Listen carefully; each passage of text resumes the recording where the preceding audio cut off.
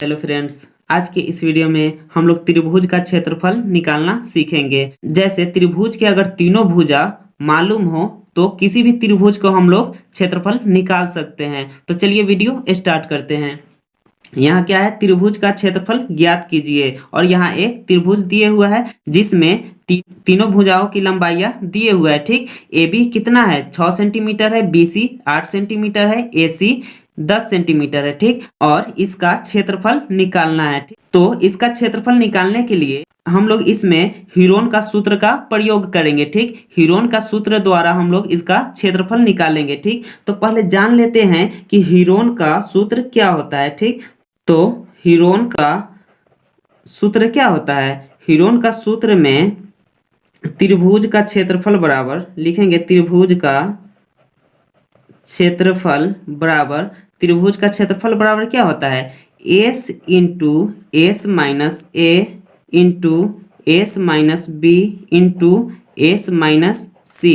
ठीक, यहाँ हीरोन का सूत्र में त्रिभुज का क्षेत्रफल बराबर क्या होता है, root under S into S minus A into S minus B into S minus C, जहाँ ए बी सी त्रिभुज के तीनों भुजाओं की लंबाइयाँ हैं। ठीक, यहाँ जो फॉर्मूला में है ए बी और सी, ये त्रिभुज के तीनों भुजाओं की लंबाइयाँ हैं। ठीक, जैसे ए बी बी सी और सी ए त्रिभुज के तीनों भुजा हो गया, इसके जो लंबाइयाँ हैं वो ए बी सी है। ठीक, इसमें हम लोग किसी को भी ए बी सी मान सकते हैं। ठीक, यहाँ इसको ए मानेंगे, इसको बी, इसको सी, चाहे इसको ए, इसको बी, इसको सी, आंसर एक ही आएगा। ठीक, अब यहाँ एस है, एस का मतलब क्या होता है, एस होता है अर्ध परिमाप। ठीक, एस होता है अर्ध परिमाप, और ए बी सी त्रिभुज के तीनों भुजाओं की लंबाइयाँ होता है। ठीक, तो क्षेत्रफल निकालने के लिए पहले हम लोग को एस पता होना चाहिए। ठीक, ए तो यहाँ दिए हुआ है, ठीक, लेकिन एस यहाँ निकालना होगा। ठीक,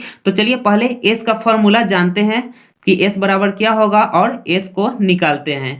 तो एस बराबर क्या हो जाएगा, ए प्लस बी प्लस सी बटा 2। ठीक, एस यानी अर्ध परिमाप का फॉर्मूला क्या हो जाता है, ए प्लस बी प्लस सी बटा 2। तो त्रिभुज का क्षेत्रफल निकालने के लिए पहले हम लोग एस निकालेंगे। तो चलिए पहले यहाँ एस का वैल्यू निकाल लेते हैं। एस का वैल्यू निकालने के लिए यहाँ पहले इस क्वेश्चन को देखेंगे। यहाँ क्या है, ए बी और सी त्रिभुज के तीनों भुजाओं की लंबाइयाँ हैं। तो यहाँ इसको क्या करेंगे, ए से बी तक के जो लंबाइयाँ हैं 6 सेंटीमीटर है, इसको ए मान लेंगे। यहाँ लिखेंगे ए बराबर 6 सेंटीमीटर।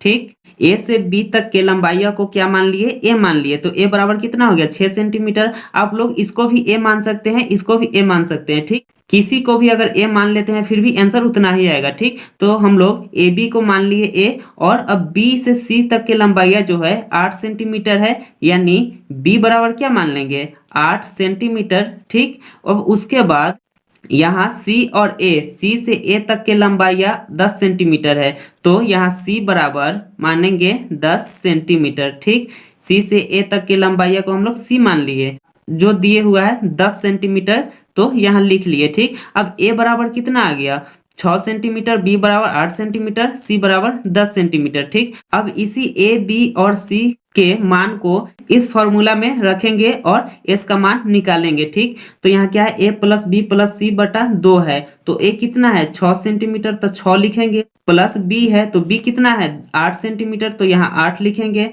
प्लस है तो प्लस देंगे, सी कितना है, सी 10 सेंटीमीटर है तो 10 लिखेंगे, और बटा में कितना है 2 है तो 2 लिख देंगे। ठीक, अब इसको सॉल्व कर लेंगे, क्या हो जाएगा, 6 8 जोड़ेंगे 14 हो जाएगा, 14 10 जोड़ेंगे 24 हो जाएगा, तो ऊपर 24 आ गया, बटा में 2 आ गया। ठीक, अब इसको काटेंगे, क्या हो जाएगा, 12 दूना 24, यानी एस बराबर निकल कर कितना आ गया, 12 आ गया। ठीक, अब इसी एस के मान को यानी 12 को क्या करेंगे, त्रिभुज के क्षेत्रफल के फॉर्मूला में रखेंगे और वहां से त्रिभुज का क्षेत्रफल निकालेंगे। ठीक, तो त्रिभुज का क्षेत्रफल यहाँ पहले लिखेंगे, तो यहाँ त्रिभुज का क्षेत्रफल लिख लिए हैं। ठीक, root under S into S minus A into S minus B into S minus C. अब क्या करेंगे, एस के जगह पे कितना रखेंगे, 12 लिखेंगे क्योंकि एस का मान 12 आ गया है और यहाँ ए बी सी, यहाँ ए बी सी का वैल्यू दिए हुआ है। ठीक, तो चलिए इसको इसमें वैल्यू रख देते हैं। ठीक, यहाँ क्या है, एस है, तो एस कितना है, 12 है, तो यहाँ 12 लिखेंगे। ठीक, उसके बाद ब्रैकेट है छोटा वाला दे देंगे, उसके बाद एस फिर है तो एस कितना है, 12 है, उसके बाद माइनस है तो माइनस देंगे। अब ए है, ए का वैल्यू कितना है, 6 सेंटीमीटर यानी 6 है, तो यहाँ 6 लिखेंगे। ठीक, उसके बाद फिर इंटू क्या है, एस माइनस बी, तो एस 12 है तो 12 लिखेंगे, माइनस है तो माइनस देंगे। उसके बाद बी, बी कितना है, 8 सेंटीमीटर यानी 8 है, तो यहाँ 8 लिखेंगे। ठीक, उसके बाद फिर इंटू क्या है, एस माइनस सी, तो एस 12 है तो 12 लिखेंगे और माइनस है तो माइनस देंगे। सी कितना है, 10 सेंटीमीटर यानी 10 है तो 10 लिखेंगे। ठीक, अब क्या करेंगे, इसी को सॉल्व कर लेंगे। सॉल्व करेंगे तो क्या हो जाएगा, यहाँ 12 है तो 12 लिखेंगे। ठीक, अब इसके बाद 12 में से 6 को घटा के क्या लिखेंगे, यहाँ गुना में 6 लिख देंगे। ठीक, यहाँ ब्रैकेट के अंदर भी लिख सकते हैं या गुना में भी लिख सकते हैं। ठीक, तो हम यहाँ गुना में लिख लिए। अब इसके बाद क्या करेंगे, ये भी गुना में है तो यहाँ गुना का चिन्ह देंगे या ब्रैकेट के अंदर भी लिख सकते हैं। ठीक, उसके बाद क्या करेंगे, 12 में से 8 को घटाएंगे, तो 12 में से 8 जाएगा तो कितना हो जाएगा, 4 हो जाएगा। ठीक, उसके बाद फिर गुना देंगे, उसके बाद 12 में से 10 को घटाना है, तो 12 में से 10 घटेगा कितना हो जाएगा, 2 हो जाएगा, तो यहाँ 2 लिख देंगे। ठीक, अब इसको क्या करेंगे, इसको गुना करके भी सॉल्व कर सकते हैं या इसको गुणनखंड करके भी सॉल्व कर सकते हैं। ठीक, तो गुना करने से अच्छा है कि इसको गुणनखंड कर दे, यानी 12 को भी तोड़ दे, 6 को भी, 4 को भी तोड़ दे। ठीक, तो यहाँ सबको अलग अलग तोड़ने पर क्या हो जाएगा, रूट के अंदर में यहाँ 12 को क्या लिख सकते हैं, 2 गुना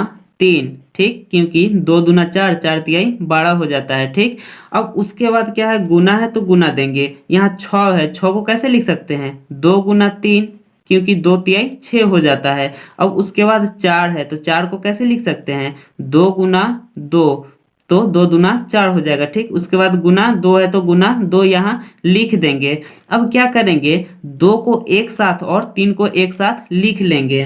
तो चलिए इसको लिख लेते हैं। यहाँ 2 कितना बार है, 2 1 2 3 4 5 6, 6 बार 2 आया है तो 6 बार इसको पहले 2 को गुना कर लेंगे, 1 2 3 4 5 और 6, 2 को 6 बार गुना कर लिए। ठीक, अब उसके बाद क्या है, 3 है, 3 कितना बार है, 2 बार है, तो 3 को भी 2 बार क्या करेंगे, गुना कर लेंगे। ठीक, तो 3 को 2 बार गुना कर लिए। अब इसमें क्या करते हैं, पेयर बनाते हैं। ठीक, तो 2 2 का एक पेयर बन जाएगा, ये भी 2 2 का बन जाएगा, ये भी 2 2 का बन जाएगा और ये भी 3 3 के साथ बन जाएगा। ठीक, अब जो पेयर बनता है वो रूट से बाहर निकल जाता है। ठीक, यहाँ 2 का पेयर बना तो इसमें से 1 2 रूट से बाहर हो जाएगा, तो 2 लिखेंगे। ठीक, उसके बाद ये भी 2 का जब पेयर बना तो इसमें से 1 2 बाहर आ जाएगा। ठीक, उसके बाद फिर गुना करेंगे, यहाँ से भी 1 2 बाहर आ जाएगा। ठीक, फिर गुना करेंगे, अब यहाँ से भी